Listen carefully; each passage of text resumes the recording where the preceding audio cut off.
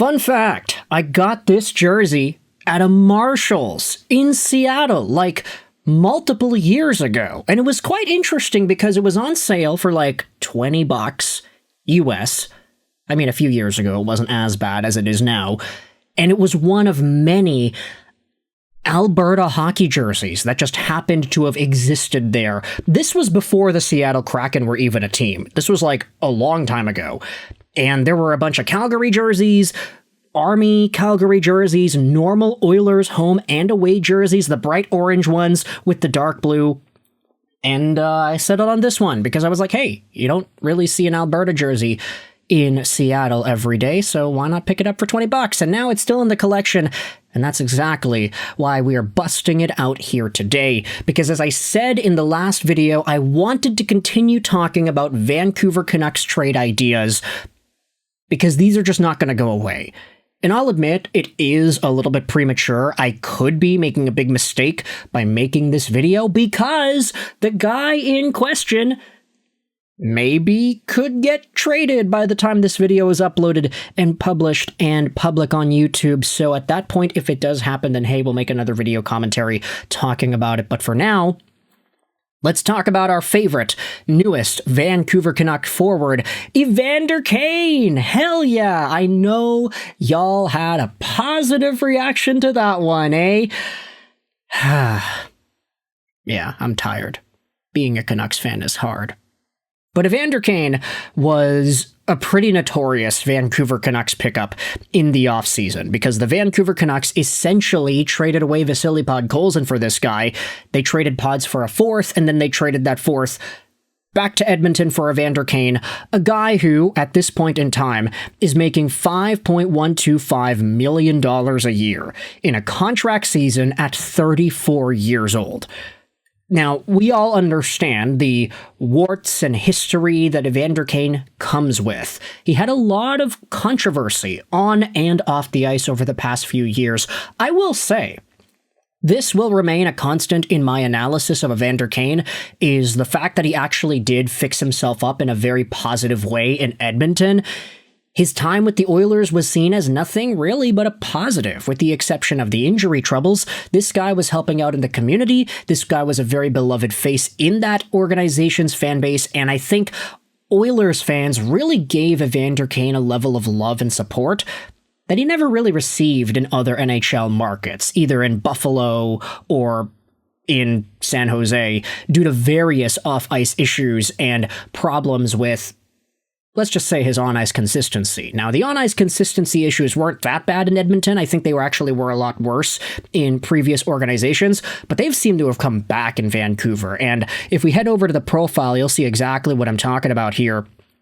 Evander Kane was half a point a game for the Oilers in the playoffs last year, 0 points in the regular season because he didn't play any games. He had 44 points in 77 games in 2023-2024, including 24 goals. So just as far back as 2 seasons ago, Evander Kane was still an effective Edmonton Oiler, point production-wise.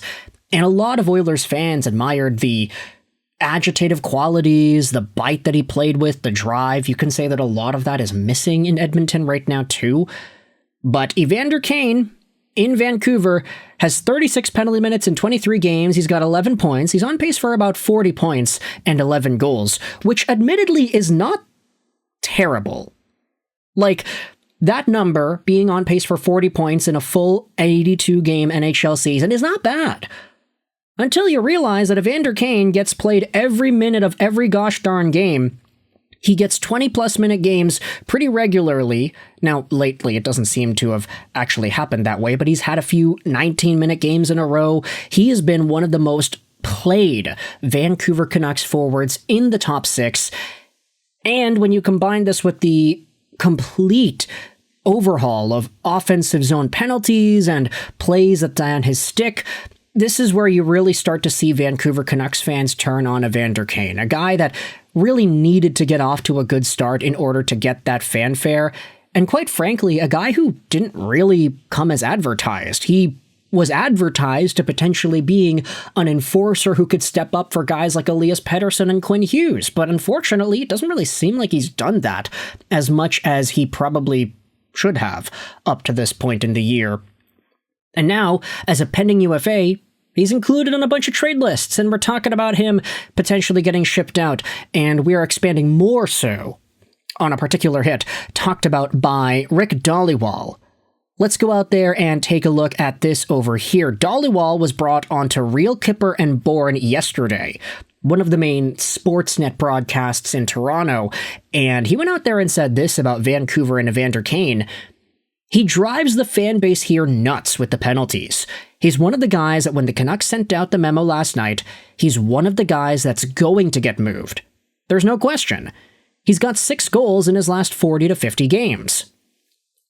And that was talked about on the Toronto broadcast. Puck Mama goes out there and asks, honestly, who would take him? Maybe teams that can think he can bring some grit, even though he's actually got 54 less hits this year than Sherwood, and is actually hitting less than he has in the past 3 to 4 years. Now, where exactly do the Edmonton Oilers come up in this conversation? Well, let's head over to another tweet posted by I Hate This Team Pod, because they went out there and said this. The Oilers need Evander Kane back. He was the straw that stirred the drink.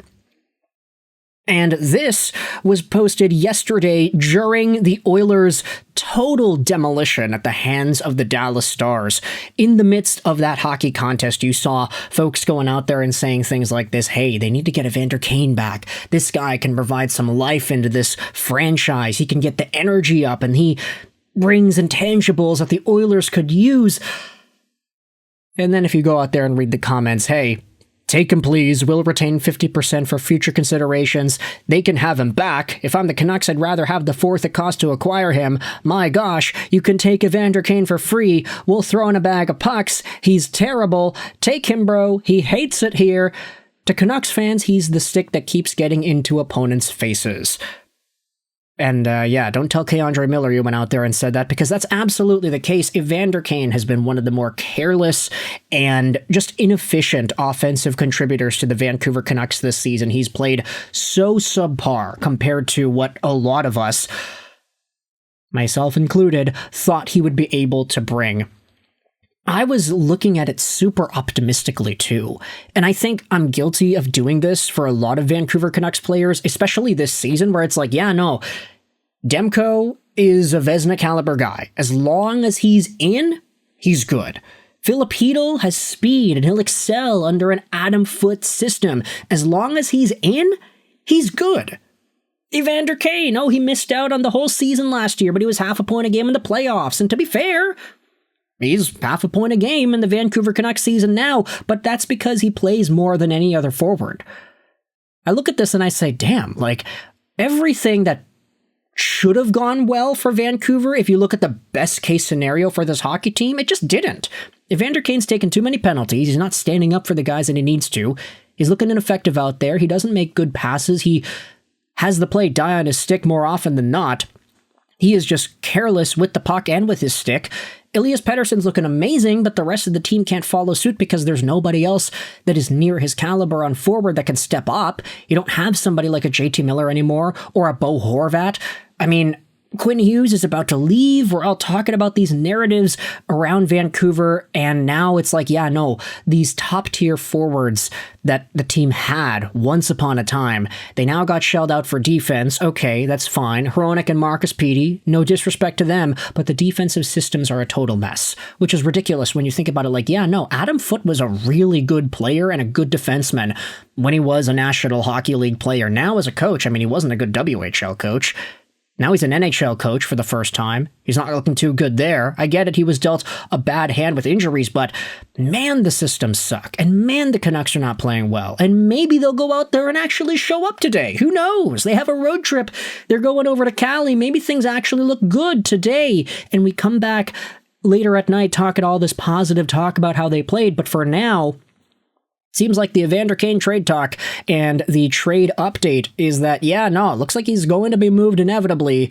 Could the Oilers be a fit? Folks are linking Evander Kane back to the Edmonton Oilers, and there already was some conversations about that we've discussed earlier in the month as well. So you can let me know your thoughts in the comment section below.